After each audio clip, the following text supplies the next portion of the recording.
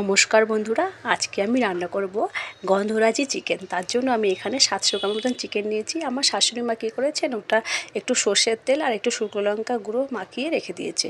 আর এখানে আমি নিয়েছি পেঁয়াজ কুচি, রসুন, কাঁচা লঙ্কা, কাঁচা পাকা লঙ্কা নিয়ে নিয়েছি। আর এখানে নিয়েছি মশলা, একটা আছে গোটা ধনে, আর এটা গোটা গোলমরিচ, আর গোটা গরম মশলা, আর জয়িত্রী আছে। আর আর ওখানে নিয়েছি বড় বড় করে আলু টুকরো কেটে নিয়েছি। আর গন্ধরাজি চিকেন যেহেতু হবে, গন্ধরাজ লেবু অবশ্যই লাগবে। প্রথমে আমি কী করেছি, এই চিকেনটার মধ্যে গন্ধরাজ লেবুর রসটা, সেই রসটা দিয়ে আর একটু নুন আর একটু দিয়ে দেবো হলুদ দিয়ে এটাকে প্রথমে আমি ম্যারিনেট করতে দিয়ে দেবো। আর যেহেতু গন্ধরাজি চিকেন হবে, তার জন্য তো লেবুর রসটা অবশ্যই দিতে হবে। প্রথমেই এটাকে গন্ধরাজি লেবু দিয়েই প্রথমে ম্যারিনেট করতে হবে, তাহলে চিকেনটা খেতে জুসি হবে। এবার আমি কড়াতে দিয়ে দিলাম সর্ষের তেল, কারণ এই চিকেন রান্নাটা পুরোটা সর্ষের তেলেই হবে। যে বড় বড় করে আলু টুকরো কেটে রেখেছিলাম, সেটা আমি প্রথমে নুন আর হলুদ দিয়ে দিচ্ছি আগে। যেহেতু তেলের মধ্যে নুন হলুদ দিলে পরে কী হবে, আমি যখন আলুগুলো দেবো তার উপরে যদি নুন হলুদ দিয়ে দিই, তখন কিছুটা আলুর মধ্যে দেখেছি হলুদ যাবে, কিছুটা আলুর মধ্যে হলুদ যায় না। তার জন্য আমি তেলের মধ্যে দিয়ে ভালো করে নেড়ে চেড়ে নিলাম।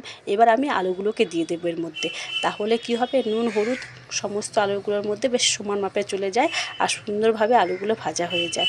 আর আমার তেলটাও গায়ে ছিটকে আসে না, নুন আর হলুদ থাকে তো তেলের মধ্যে, তার জন্য। এই যে ঠিক এইভাবে আলুগুলোকে আমি সুন্দর করে লাল লাল করে ভেজে নিয়েছি। ঠিক, এবার আমি আলুগুলো আমার ভাজা হয়ে গেছে, এবার আমি তুলে নিচ্ছি। এবার এই তেলের মধ্যে আমি দিয়ে দিলাম একটা তেজপাতা, একটা শুকনো লঙ্কা, আর আমি ক্রাশ করে নিয়েছি ধনে, গোটা ধনেটা একটু ক্রাশ করে নিয়ে ওটা একটু ফোড়নে দিয়ে দিয়েছি। এই চিকেনের জন্য এইটাই হচ্ছে ফোড়নের মশলা। এবার আমি মিক্সিতে যে আদা রসুন আর কাঁচা পাকা লঙ্কা পেস্ট করে রেখেছিলাম, সেটা আমি দিয়ে দিলাম। প্রথমে এটাকে ভালো করে আমি ভেজে নিচ্ছি তেলের মধ্যে, বেশ সুন্দর করে এটাকে ভেজে নিতে হবে, যাতে কাঁচা রসুনের আর কাঁচা আদার গন্ধটা চলে যায়। এরপরে এর মধ্যে আমি এক এক করে জিরে আর ধনে গুঁড়োটা আমি একসাথে মিশিয়ে নিয়েছিলাম, সেটা দিয়ে দিলাম। তারপরে আমি দিয়ে দিলাম লঙ্কার গুঁড়ো। আমি বেশি লঙ্কার গুঁড়ো দেবো না, কেননা আমি আগে থেকেই পেঁয়াজ আদা রসুনের মধ্যে কাঁচা পাকা লঙ্কা বেশ কয়েকটা পেস্ট করে নিয়েছিলাম। আর যদি লঙ্কার গুঁড়ো বেশি পড়ে তাহলে খুব ঝাল হয়ে যাবে খেতে। এবার আমি দিয়ে দিলাম হলুদ গুঁড়ো, তারপরে আমি কালারের জন্য দিয়ে দিয়েছি কাশ্মীরি লঙ্কার গুঁড়ো। এটা দিয়ে ভালো করে মশলাটাকে আগে সুন্দরভাবে বেশ ভালো করে পেঁয়াজ আদা রসুনের সাথে মশলাটাকে আমি ভালো করে কষিয়ে নিচ্ছি। ঠিক এইভাবে মশলাটাকে কষাতে হবে, যেরকম আমরা সাধারণত চিকেনের মশলা কষাই সেরকম। এবার আমি যে ওই গোটা মশলাগুলো নিয়েছিলাম, সেগুলো আমি শিলে একটু ভালো করে গুঁড়ো করে নিয়েছি। এবারে সে মশলাটা দিয়ে দিয়েছি। এটাকে আমি কী করবো, একটু সামান্য পরিমাণে জল দিয়ে ভালো করে কষিয়ে নিচ্ছি মশলাটা।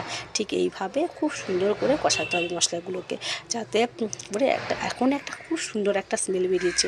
একেতেই গন্ধরাজ লেবুর ঘ্রাণ, তারপরে যে গোটা মশলা দিয়েছি গুঁড়োটা, সেটা তো খুব সুন্দর গন্ধ বেরিয়েছে।